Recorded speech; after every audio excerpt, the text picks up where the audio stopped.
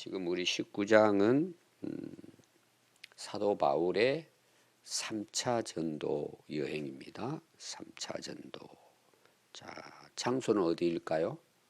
에베소입니다. 에베소. 자, 한번 여러분들이 어제 말씀하고 이어서 한번 지역을 한번 보겠습니다. 지도를 여러분들이 한번 보시면, 자, 그 아가야 지역에서는 중요한 그 수도 바로 이 앞에서 우리가 배웠죠. 어느 교회죠? 고린도입니다. 꼭 기억하십시오. 그 슬을 올라가면은 에덴에서 위로 올라가면 어디가 있었죠? 도시 여러분들이 한번 잘 보십시오. 베레아 있었죠? 데살로니가, 빌립보, 그러죠. 그러니까 아가야 지역 이쪽을 여러분들이 이제 빌립보부터 시작하면 됩니다. 빌립보, 데살로니가, 베레아, 아덴, 고린도 이 정도. 돌아올 때는 이제 갱그레아를 돌아서 왔지만 요 유럽 지역을 이 지역을 생각할 때는 바울이 몇 차 전도 여행 때 갔죠? 2차입니다. 그거 생각하면 됩니다. 그냥 고린도 그러면 2차 때 이렇게 보면 되고 돌아와서 다시 이제 3차 전도 여행을 이제 하게 되죠. 그래서 3차 그 전도 여행은 다시 돌아와서 안디옥으로 해서 소아시아를 해가지고 지금 도착한 곳이 에베소입니다. 근데 이제 위에 여러분들이 이제 어제 지난주 여러분들이 보신 내용을 보면 어느 지역을 간다 그랬죠? 23절에 보니까 갈라디아와 버루기아 그랬죠? 자, 갈라디아와 버루기아는 위쪽이죠. 소아시아 위쪽, 지금 터키죠. 원래 이제 바울이 가고자 했던 지역입니다. 흑해 쪽, 이 위쪽으로 해가지고. 근데 성령께서 그쪽은 가지 말고 어디로 가라고요? 유럽으로 가라. 그래서 마게도냐 사람이 이리 오시오 환상을 보여줘서 떠납니다. 바울의 선교 역사는 자기가 원해서 갔다고요? 성령의 인도하심입니다. 그러죠. 이거 꼭 기억하시면 됩니다. 오늘 성령에 대한 이야기가 나오기 때문에 그래서 에베소는 굉장히 중요한 도시였다. 제가 그렇게 이야기 드렸습니다. 꼭 여러분 기억해야 됩니다. 이쪽 그러니까 지역에 로마가 그 당시 지배를 했는데 이 소아시아 지역의 수도는 바로 에베소입니다. 에베소. 그래서 특히 이제 선교 여행을 가면은 에베소를 가보면은 이제 이게 이해가 됩니다. 굉장한 도시입니다. 상당히 그 당시로 보면은 현대화된 도시예요. 그리고 또 정치도 그 당시 보통 이제 왕이 지배를 했잖아요. 신하들하고. 근데 이 당시는 원로원이라는 게 나옵니다. 교회사를 보면은 원로들이 모여서 어떤 큰 일을 결정하고 이런 게 나와요. 그리고 그 당시 시의회가 있었어요. 상당히 민주화된 그런 이제 도시였다. 이렇게 보면 됩니다. 굉장히 발전된 도시가 바로 그 당시 이제 에베소였다는 것을 여러분들이 이제 아시면 아마 도움이 될 것입니다. 근데 이제 2차 전도 여행 때 성령에 이끌려서 이제 이곳을 가려고 했는데 못 갔잖아요. 그리고 돌아오면서 에베소를 잠시 들려요. 들리면서 에베소 성도들이 어떻게 했다고요?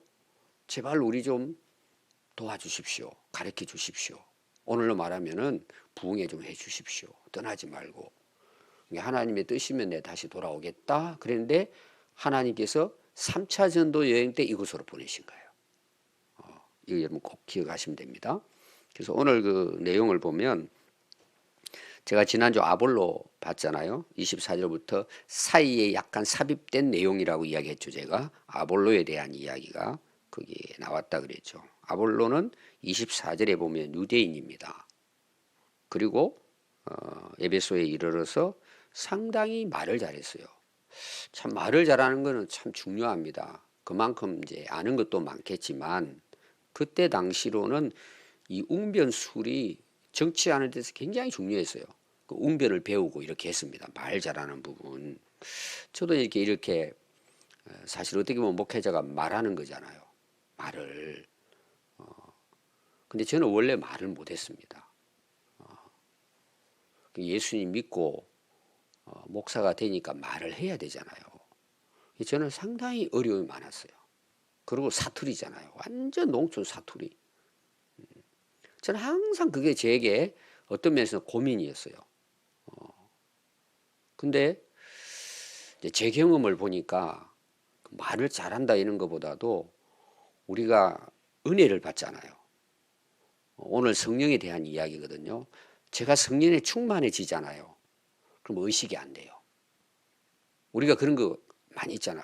내가 진짜 말하는 것도 그렇고 뭐 하는 것도 좀 부족하고 이런 것 때문에 우리가 사실 어떤 경우에는 스트레스 받아요. 야 이거 어떻게 하냐. 근데 여러분들이 한번 은혜 받고 성령 충만하고 말씀이 내 안에 충만해지면 어떨까요? 복음을 전한다든지 말씀을 가르치면 힘이 나는 거예요.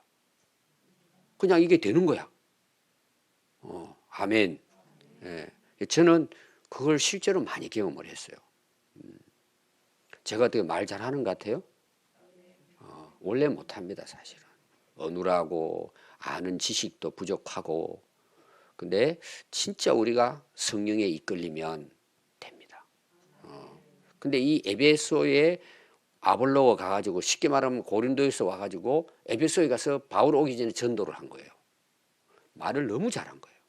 또 특징이 뭔 줄 아세요? 성경에 능통한 사람이에요. 이건 굉장한 은사죠, 사실은. 그 당시 이제 성경은 뭐라 그랬죠? 구약 성경입니다. 신약이 아직 나오지 않을 때잖아요. 굉장한 인물입니다. 근데 한 가지 부족한 게 뭐라 그랬죠? 성령을 경험하지 못한 거예요. 그러니까 브리실라와 아굴라가 바울에게 다니면서 이제 이걸 배웠단 말이에요. 그러니까 가르쳐 줍니다.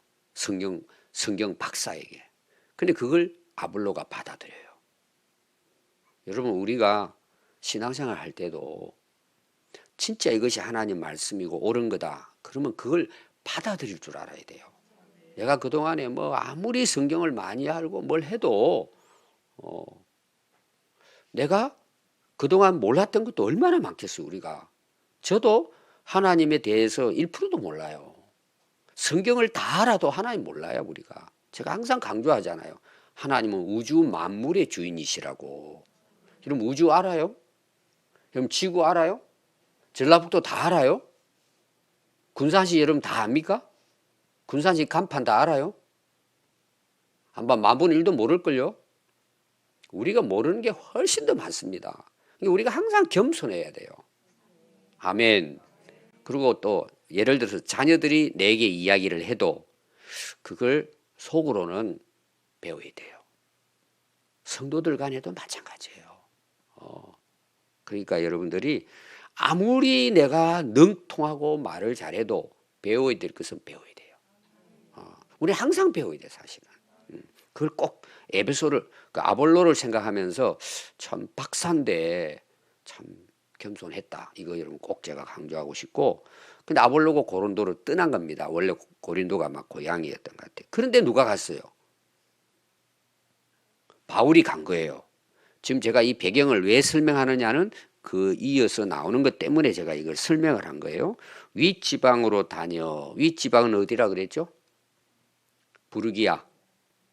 그쪽 지역을 이야기했잖아요. 그걸 여러분들이 머리로 이렇게 좀 갈라디아하고 부르기아. 근데 어디로 내려왔어요? 에베소로 온 거예요. 에베소는 약간 이제 북서쪽이잖아요. 근데 그 당시 거기가 수도였습니다. 이 바울은 진짜 이 선교를 하면서 굉장히 전략적으로 한 거예요. 자, 회당 중심으로 했죠. 아덴이 그 당시 학문의 철학의 중심이죠. 그 다음에 또 고린도가 그 당시 수도고 무역의 상업의 최고의 도시죠. 빌립보는 관문이죠. 이런 그냥 이렇게 다닌 게 아닙니다. 특히 뭐예요? 성령에 이끌려서 그렇게 행한 거죠. 그러니까 거기 갔는데 누구를 만나요? 신자들을 만난 거예요. 자기가 가기 전에. 그러니까 그 전에 누가 가서 복음을 전했을까? 아무도 잘 알 수는 없지만 앞에서 보니까 아볼로가 이미 가서 틀을 좀 닦았다. 이렇게 볼 수 있겠죠. 그래서 가서 이제 여러 가지 말씀을 전했겠죠. 근데 중요한 거 하나를 질문을 하는 거예요. 그들에게 너희가 믿을 때 그들이 예수님 믿었어요? 안 믿었어요? 믿었어요. 정확하게 그 전에 누군지 모르지만 일단 앞에서 보니까 아볼로가 성경의 박사니까 가르쳤겠죠. 구약에서 하나님께서 메시아를 약속했는데 그분이 오셨다는 내용이에요. 근데 거기에 대해서 아볼로가 정확하게 성경적으로는 알지만 성령에 대해서는 잘 몰랐던 거예요. 그러니까 앞에서 브리스길라 아굴라에게 성령에 대한 이야기를 들었다 그랬잖아요. 그래서 그들에게 물어봅니다. 너희들 성령 받았냐? 너희들 믿을 때 너 성령 처음 했냐? 이거죠. 그러니까 이들이 하는 말이 우리는 성령의 말도 못 들었다. 성령이 계신 것을 듣지도 못했다는 거죠. 그러니까 에베소 교회의 그 당시로 보면 에베소 교회뿐만 아니라 유럽 지역에서도 교회가 제대로 조직화되지 못하고 또 오늘 우리로 말하면 신앙도 성경적이지 못한 거예요. 그게 이제 정리가 돼가지고 오늘 우리로 말하면 뭐 조직 신학이라든지 이런 어떤 성경에 대해서 그 기반이 제대로 안 돼 있을 때예요. 그 당시로 보면은 신학교 나와가지고 목회자가 뭐 제대로 성경을 알고 기초를 다진 게 아니잖아요. 그냥 복음 듣고 그 예수님 우리 믿겠다. 뭐 그 정도라고 보면 되죠.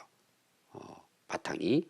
그럼 이건 오늘날도 마찬가지입니다. 교회는 다니고 설교는 들으면서 예수 믿으면 구원 받는다. 아멘. 예수 믿으면 구원 받는다니까 그냥 믿습니다.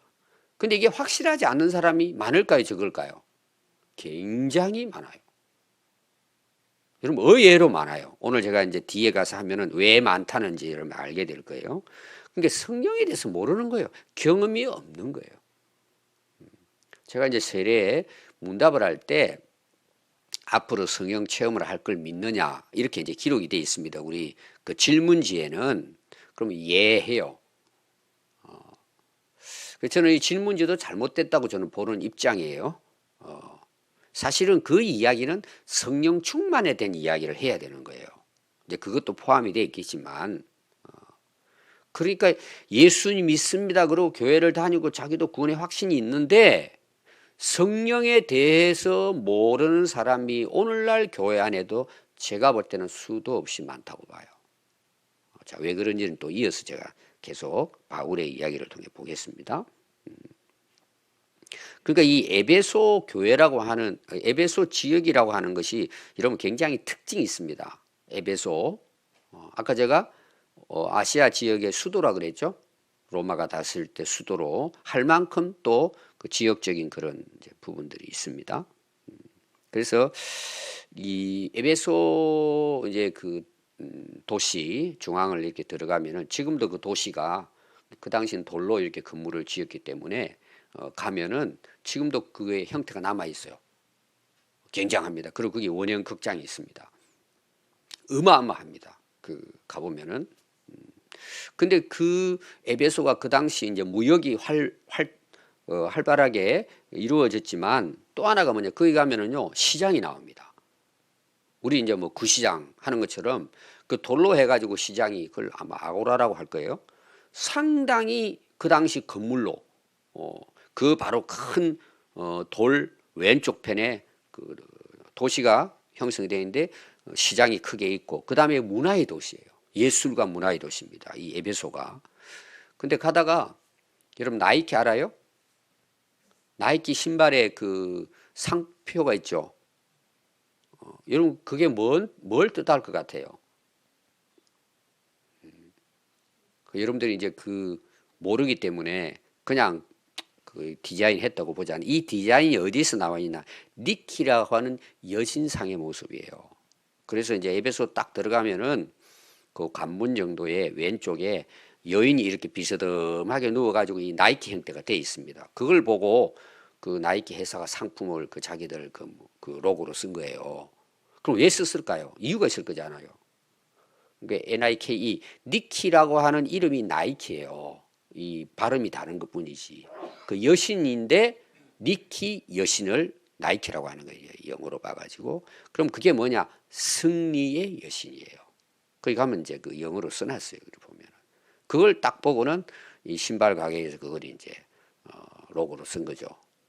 여러분 이제 기억하겠죠? 에베소 그러면은 나이키 이렇게 이제 생각하면 여러분들이 이해가 될 것입니다.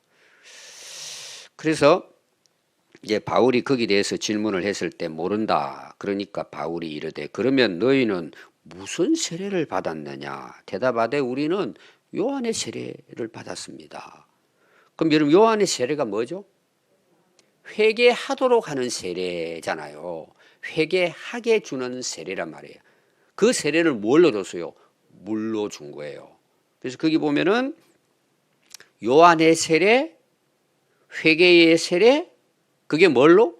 물로 요단강에 집어넣어 가지고 이렇게 올라오게 하는 그런 세례잖아요. 그것은 그 당시 이 요한뿐만 아니고 구약 시대 때도 그랬고, 그 다음에 그 당시 또 주변에 있는 국가에서도 우리가 예를 들어서 좀 새로워져야 되겠다. 그러려면 뭐냐, 물속에 들어갔다 나오면 좀 뭐예요? 내가 정결해졌다.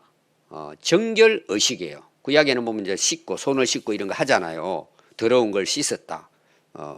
이제 이런 이제 의미가 있습니다. 그렇게 내가 잘못했습니다. 그러면 어떻게 할까? 물로. 옛날 우리나라 그 어르신들은 어떻게 해요? 새벽에 자녀들을 위해서 잘 되게 해달라고 소문을 가지고 하늘 쳐다보고 빌 때는 먼저 뭐 해야 돼요? 목욕 재배 그러잖아. 몸을 다 정결하게 하고 그동안에 그 더러운 죄는 다 씻어내고 그 다음에 정한수 딱 맑은 물 떠놓고 그리고 신께 나가는 거예요.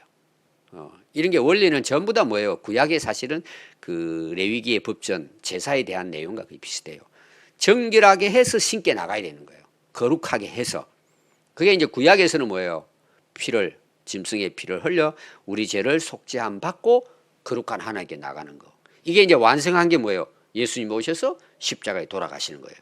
그 의간에 있는 게 뭐예요? 지금 이 요한의 세례와 같은 거예요. 철저한 자기 죄를 자복하잖아요. 그러면 예수 이름으로 세례를 줬을까요? 내가 이런 죄를 잘못했습니다. 용서해 주세요. 그러면 세례 요한이 너 와. 그러고는 요단강에 갔다가 이렇게 해서 너 깨끗해졌어. 그럼 실제로 깨끗해져요? 안 깨끗해져요? 그거는 내가 회개했다는 뭐예요? 징표인 거예요. 그냥 표시. 너 잘못했어? 그럼 물속에 들어갔다 나와. 나의 자기를 자복하고. 그래서 회개했습니다라고 하는 표시하는 거지 그 물이 자기 죄를 씻길 수는 없는 거예요. 그러면 아볼로를 통해 가지고 에베소에 예수 믿던 사람들이 그건 옛날부터 이제 요한부터 해왔으니까, 그래서 어떤 사람은 요한의 제자들이 거기 가서 복음을 전했을 것이다. 뭐 이렇게도 이제 그 해석을 합니다. 내용은 그런 거예요. 회개의 세례에서 그들은 세례 받았다고 보는 거예요. 그럼 실제로 제사함은 받았을까 못 받았을까요? 아마 이제 이런 경우는 있을 거예요. 자기들은 모르지만 성령께서 진짜 죄를 회개하게 해서 예수님을 믿도록 하는 사람도 뭐 있었을지는 몰라요. 그러나 요한의 세례, 회개의 세례, 물 세례 자체는 뭐예요? 하나의 표시일 뿐이지 우리 죄를 속죄할 수는 없어요. 그러니까 이들은 세례는 받았는데 예수님은 믿는다 그러는데 아직 뭐예요? 거듭나지 못한 거예요. 이걸 여러분들이 기억하십시오. 그 상태에 그들이 있었습니다. 그때 이제 바울이 이야기합니다. 4절에 바울이 이르되 요한이 회개의 세례를 베풀며 백성들에게 말하되 뭘 이야기했다고요? 내 뒤에 오시는 이를 믿으라 하였으니 이는 예수라 하거늘. 그러니까 요한이 세례를 줄 때는 이것이 내 죄를 속해질 수 있다고 확신한 게 아니란 말이에요. 결국은 세례 요한이 한 일은 뭐예요? 우리가 앞에서 요한복음에 봤는데 예수님이 오시면은 우리의 죄를 속죄해 주실 텐데 나는 예수님의 오실 것을 길을 닦아주는 역할이라는 거예요. 그럼 길만 닦았으니까 그 자기가 메시아가 아니라는 거잖아요. 자기 하는 행위가 구원을 이루게 할 수 없다는 거죠. 오시는 예수님을 잘 믿도록, 예를 들면은 나는 그 역할을 했다. 준비 단계다. 이렇게 보면 됩니다. 그러니까 보십시오. 5절에 그들이 듣고 뭘 들었을까요? 예수님에 대한 복음을 듣고 성령에 대한 말씀을 들었을 거잖아요. 그러니까 그들이 그럼 우리 성령 세례 주세요. 그러니까 바울이 주 예수 이름으로 세례를 베푼 거예요. 오늘 우리가 베푸는 세례가 뭘까요? 예수 이름으로 베푸는 세례예요. 여러분 기억하시고 이것도 제가 오늘에 맞춰서 설명을 하겠습니다. 바울이 그들에게 안수를 합니다. 여러분 안수의 뜻이 뭔 줄 아세요? 안수. 그럼 뭘 머리에 손 얹고 하는 기도 그 정도는 아는데 안자는 뭘 것 같아요? 여러분 찾아보면 이런 뜻이었구나 알 거예요. 안자는 누를 안자예요. 손수자예요.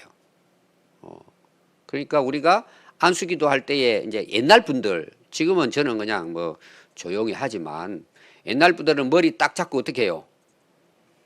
누르는 정도가 아니라 흔들죠. 옛날에 그 막 부흥회하고 다녔던 분들은 그때 경험이 있어요. 그때 또 성령 받은 사람 많았어요. 지금은 흔들었다가는 아마 좀 큰일 날 거예요, 아마. 옛날에는요, 흔들다가 좀 이제 그런 거 있잖아요. 나쁜 사람들, 교회 안에 문제 일으키는 사람들은요, 눌러가지고 뒤로 막 미쳐버리고 그랬습니다. 회개하라고. 누른다는 의미예요. 여러분들 앞으로 안수 받을 때는 그저 옛날 분들이 맞아요, 사실은. 세게 해주세요. 이 말이 맞는 거야, 사실은. 누른다는 의미야, 안자가. 손으로. 그러면은 뭐죠? 그게 이제 안수를 하게 되면요. 안수는 전가한다는 뜻이에요. 전가. 내게 임한 성령이 당신에게도 임하라는 거죠. 내게 주신 은혜가 이 사람에게도 임하라는 내용이에요. 은혜의 전달의 의미가 있는 거예요. 그러니까 오늘 여러분들이 바울이 이제 안수 기도를 그들에게 해주잖아요. 그럼 바울이 어떻게 안수 기도 해줬을 것 같아요? 그냥 우리가 생각하기를 대충 해줬을 것 같아요? 눌렀을 것 같아요? 눌렀죠. 누른다는 의미라니까요, 이게. 꼭 세게 누른다고 성령이 임하는 건 아니지만 원래 이제 의미가 그렇습니다. 그러니까 성령이 임했어요, 안 했어요? 성령이 임한 거예요. 그럼 안수만 했다고 성령이 임했을까요? 여러분들 안수기도 받을 때에 중요한 게 있습니다. 제가 전달, 은혜의 전달이라 그러잖아요. 그럼 본인이 준비가 돼 있어야 전달이 되잖아요. 여러분 그런 거 있죠. 전기도 마이너스하고 플러스하고 딱 부딪히면 어떤 일이 일어나요? 불이 켜지는 거예요. 그리고 잘못하면 뭐예요? 폭발해버립니다. 불이 나버립니다. 그러니까 여러분들이 안수를 받을 때는요. 오늘 지금 여기 받는 사람들이 안수 받는 사람들이 마음에 간절함이 있었을까 없었을까요? 듣고 나니까 그냥 물세례야. 아무 느낌이 없었다는 거예요. 그냥 표시만 한 거야. 그러니까 얼마나 그들이 여러분 간절히 안수 받기를 원했을 것 같아요. 즉 성령 받기를 원했을 것 같아요. 여러분 그걸 알아야 돼요. 그러니까 바울은 알고는 안수를 주니까 이게 불이 튄 거예요. 그래서 그들에게 뭘 임했다고요? 성령이 임한 거예요. 놀라운 거죠. 그래서 방언도 하고 예언도 하니 그렇게 받은 사람이 한 12명쯤 되더라. 이 누가의 특징이 뭐냐? 숫자를 잘 기록합니다. 왜 그럴까요? 의사기 때문에. 정확한 것이. 그래서 사도행전은 누가가 기록했다는 걸 우리가 읽어보면은 야 대단한 분이구나. 아주 세밀하게 이렇게 기록했잖아요. 보통 사람 이렇게 기록할 수가 없어요. 그리고 누가가 또 동행했다. 안 한 그 기간도 있지만 그렇게 이야기합니다. 제 결론을 여러분 말씀을 드리면은 예수님께서 어떻게 하면 거듭납니까? 그랬더니 뭐라고 말씀하시죠? 물과 성령으로 나지 아니하면 하나님 나라를 볼 수 없습니다. 이 중요한 내용입니다. 물 세례 우리가 하잖아요. 오늘날 물로 세례를 베풀잖아요. 실제로는 세례 받기 전에 성령으로 거듭난 사람이 있을까 없을까요? 이미 있어요. 물 세례하고 상관없이 우리가 예수님을 믿고 거듭날 수 있어요. 누굴 통해서? 성령을 통해서. 그럼 우리가 세례를 받잖아요. 그러면 실제로는 그런 사람들이 세례를 받아야 되고 또 내가 예수님을 내 마음으로 정말 깨닫고 믿게 됐어요. 성령에 대해서는 잘 모르는데 내가 예수님을 믿게 됐어요. 내가 진짜 믿어진 거예요. 그럼 그들에게 세례를 베풀 수 있는 거예요. 근데 이런 사람 있죠? 아무것도 모르고 시간 되고 군대 가니까 세례 받으라니까 그냥 가서 머리 대고 물 세례 받은 거예요. 그게 오늘로 말하면 뭐예요? 요한의 세례예요. 아무 그들에게 있어서 죄 사함에 대한 것은 없어요. 그러니까 그 사람들이 나중에 어떻게 하죠? 우리 교회도 그런 사람 많아요. 목사님 세례 다시 받고 싶어요. 왜? 자기는 믿음 없이 받았으니까. 확신이 없었는데. 그럼 세례 줘야 돼요? 안 줘야 돼요? 한 번 받았으니까 그냥 괜찮다. 다시 줘야 돼요. 이게 이제 신학적으로는 굉장히 중요한 부분이에요. 이것이. 재세례파라는 게 생겨났어요. 다시 세례를 주는, 늘 다시 다 성령 받기 위해 받아야 된다. 이런 이제 침례교단에서 이런 이제 그 재세례파 역사가 굉장히 그 중요한 그 신학적인 논쟁이 된 내용이에요. 중요한 것은 뭐냐 그러면은 오늘날도 동일해요. 내가 어릴 때 뭐 물로 세례 받았어. 자기가 믿음이 전혀 없는데 그런 사람도 꽤 많다는 내용이에요. 그래서 실제로 뭐예요? 예수님이 나의 구주이심을 확신했을 때 세례를 받아야 되는 거예요. 그 전에 성령이 임할 수 있다 없다? 임할 수 있어요. 여러분 잘 이해해야 됩니다. 그리고 내가 진짜 예수의 이름으로 세례를 받을 때 이제 그 안수 기도를 해주고 물로 세례를 베풀잖아요. 그때 성령도 임할 수가 있는 거예요. 이 성령의 역사는 뭐예요? 내가 물세례 주는 거기에 제한되어 있지 않다 이 말이에요. 제 이야기는. 그 예수님이 세례 받을 때 물 위에 올라오니까 성령이 임했어요, 안 임했어요? 비둘같이 임하시고 하나님의 음성이 들리고 삼위일체가 함께 예수님의 세례에 참여하는 내용을 우리가 복음서에서 보고 있잖아요. 여러분 이해가 되시죠? 오늘 다 설명 자세히 이제 할 수 없지만 제 결론은 그겁니다. 여러분 이 헬라어에서 중요한 부분이요. 시제라는 게 있습니다. 어느 때냐, 과거 완료, 미완료 굉장히 복잡합니다. 이 헬라어가. 그중에 제가 그걸 공부하면서 중요하게 여겼던 게 뭐냐, 수동태와 능동태라는 게 있습니다. 처음에는 제가 이해가 안 됐어요. 성경을 잘 몰랐으니까 깊이 있게. 요새는 이게 이제 오는 거예요. 수동태라는 말은 뭐죠? 나는 싫은데 그 사람 때문에 내가 밀려서 하는 거예요. 능동태는 뭐죠? 내가 하고 싶어 한다는 말이에요. 스스로 되는 거예요. 그럼 여러분 우리가 예수 믿고 세례 받는 것은 내가 능동적으로 스스로 자원해서 하는 걸까요? 뭔가에 의해 가지고 하는 걸까요? 이게 오늘 내용의 결론이에요. 뭐 어떻게 여러분들이 예수 믿고 세례 받았어요? 성령에 의해서 세례 받은 거예요. 그래서 여러분 오늘 다 제가 설명할 수는 없고 고린도서 12장 3절에 보면 우리가 예수 이름을 나의 구주로 고백하고 예수님을 나의 주로 시인하는 것은 누구에 의했을까요? 내가 원해 가지고 될까요? 성령의 하나님의 영에 의해서 될까요? 하나님의 영에 의해서 된 거예요. 우리가 믿어지는 거예요. 수동태예요. 그분의 은혜로 된 거예요. 근데 우리가 신앙생활 하는 거는 성령 충만이면 어떻게 될까요? 능동태가 되는 거예요. 왜? 그분의 은혜에 의해 가지고 내가 그 자체가 이제 뭐예요? 자원하게 되는 거예요. 성령에 의해서. 여러분 신앙생활이 그래서 이 두 개 싸움이에요.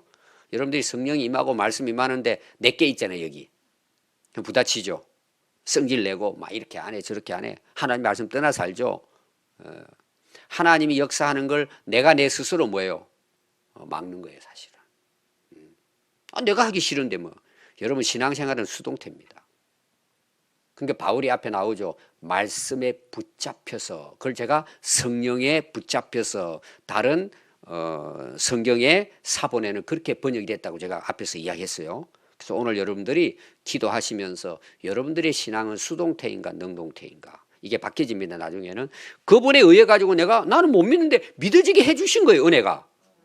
성령께서 그렇게 세례받게 해서 시인함으로 세례를 받는 거예요. 구원을 받는 거예요. 근데 처음에는 이제 그렇게 했다가 싸움이 일어납니다. 안에서. 여러분 전쟁이 일어나요. 바울도 그걸 경험한 거예요. 나중에 뭐 성령의 말씀에 완전히 이끌리게 되면 내가 어떻게 돼요? 그게 생활화되는 게 능동태가 되는 거예요. 이 싸움이에요. 우리가 오늘날. 여러분들이 성령에 이끌려서 신앙생활 하는 그것이 자유로워지는 여러분 그런 은혜가 있기를 바랍니다. 기도하겠습니다.